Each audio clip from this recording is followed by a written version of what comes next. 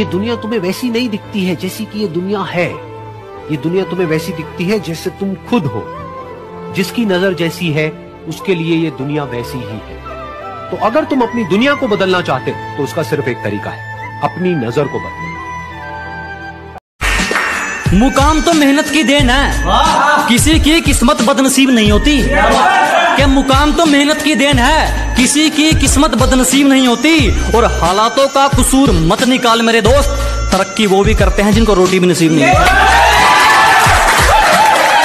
Life में अगर कुछ भी बड़ा करना है ना, तो एक जो अपने अंदर एक शर्म होती है ना, उसको निकाल दो।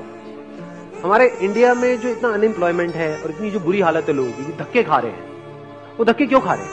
अरे शर्म आती है काम करने में, ये मेरे लेवल का काम नहीं है। समझ, ये इंडिया में बहुत बड़ी प्रॉब्लम है। सबसे बड़ा रोग बिजनेस में अगर कुछ, हाँ सबसे बड़ा रोग क्या कहेंगे लोग, ये इंडिया में ज्यादा है। बाहर चाहे आप छोटा काम कर रहे हो चाहे बड़ा काम कर रहे हो, तो फर्क नहीं पड़ता है।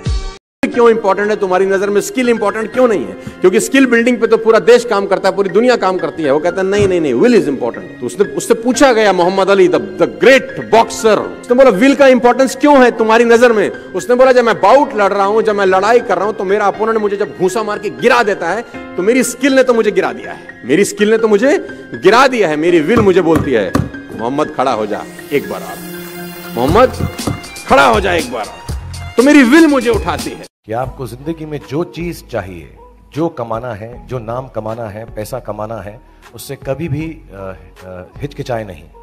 पूरे बल से, पूरी ताकत से हर वो चीज पाने की कोशिश करें जिसके आपके दिल में दिलचस्पी है, जिससे प्यार है।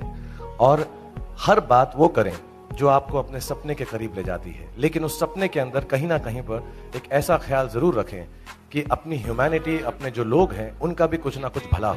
अगर कोई गरीब घर में पैदा हुआ है तो उसको ये नहीं सिखाया जाएगा कि अमीर कैसे होते हैं। उसको ये सिखाया जाएगा कि गरीबी में जीते कैसे हैं, गरीबी में एडजस्ट कैसे करते हैं, गरीबी में गुजारा कैसे करते हैं। और उसको जितने भी डायलॉग सुनने को मिलेंगे सुबह से रात तक, वो सारे ऐसे ही होंगे जो इसी बात को और पक्का करते चले जाएंगे और रीइंफोर्स करते चले जाएंगे कि जितनी चादर है उतने ही पैर फैलाओ। मतलब क्या कि अगर आप गरीब हो तो गरीबी में ही गुजारा करना सीखो, अपनी चादर को बड़ा मत करो, हवा में मत। और गालिब भाई साहब आपके लिए एक शेर अर्ज कर गए हैं कि ताउम्र गालिब ये भूल करता रहा, धूल चेहरे पे थी आईना साफ करता रहा। याद रखिएगा, जो चीज खोई अंदर होती है वो अंदर ही ढूंढने से मिलती है। इसीलिए मैं बोलता हूँ अपनी ही तलाशी लेनी है। बड़ी खूबसूरत बात मैंने पढ़ी थी रीमा जी कि तुम करते वो हो जो तुम चाहते हो, लेकिन होता वो ही है जो मैं चाहता हूँ।